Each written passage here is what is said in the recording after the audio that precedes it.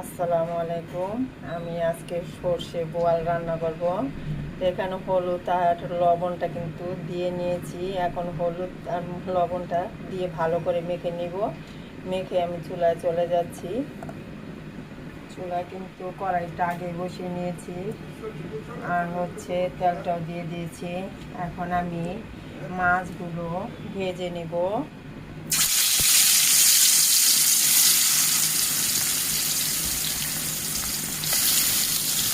আমি বোয়াল মাছটা ভেজে নিচ্ছি। এভাবে লাল করে আমি সব মাছগুলোই ভেজে নেব।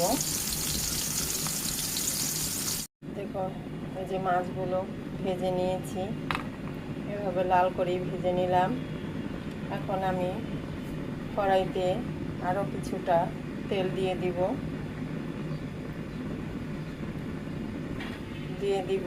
পেঁয়াজ কুচি। পেঁয়াজটা বেশি লাগবে। পেঁয়াজটা একটু বাদামি কালার করে ভেজে নিব। দেখুন, পেঁয়াজটা কিন্তু হালকা বাদামি কালার হয়ে গেছে। এখন আমি দিয়ে দিব আদা আর রসুন বাটাটা দিয়ে দিলাম। এখন এটা একটু পেঁয়াজের সাথে ভালো করে কষিয়ে নেব। এখন দিয়ে দেব হলুদের গুঁড়ো, মরিচের গুঁড়ো, ধনিয়া গুঁড়ো, জিরা গুঁড়ো। এটাও একটু তেলের মধ্যে ভেজে নেব। এখন একটু পানি দিয়ে কষিয়ে নেব।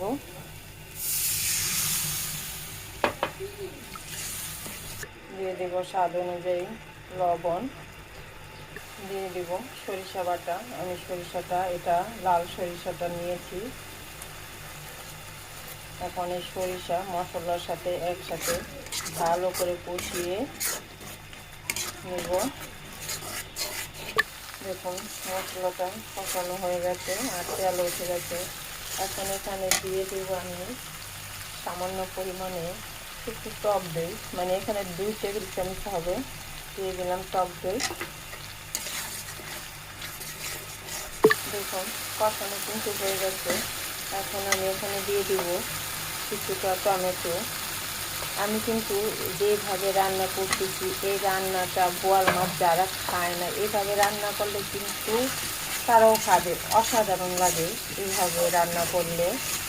আমি যেভাবে রান্না করলাম এইভাবে রান্না করে খেয়ে দেখবেন, ভালো লাগলে কমেন্ট করে জানাবেন। এখন এর উপরে আমি মাছগুলো বিছিয়ে দিব। এখন দিয়ে দিব পরিমাণ মতন পানি।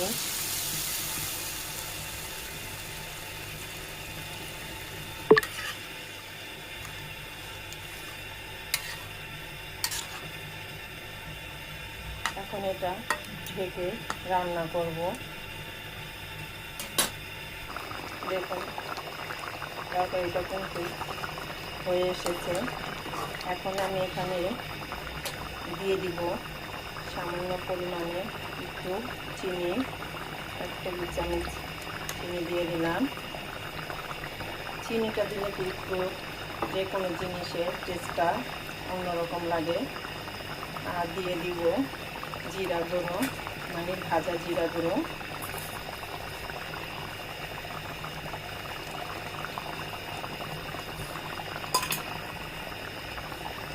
সাথে দিয়ে দিব কিছুটা ধনিয়া পাতা। এখন একটু বলক দিয়ে নামিয়ে ফেলব। দেখুন কত সুন্দর হয়েছে তরকারিটা, খুব গাঢ় হয়েছে। দেখুন, নামিয়ে নিলাম সর্ষে বোয়াল। কেমন হয়েছে কমেন্ট করে জানাবেন, এবং ভিডিওটা ভালো লাগলে লাইক শেয়ার করবেন। আর বন্ধুরা যারা নতুন দেখবেন, আমার ভিডিওটি সম্পূর্ণভাবে দেখে চ্যানেলটি সাবস্ক্রাইব করে দিবেন। ভালো থাকবেন। আল্লাহ হাফেজ।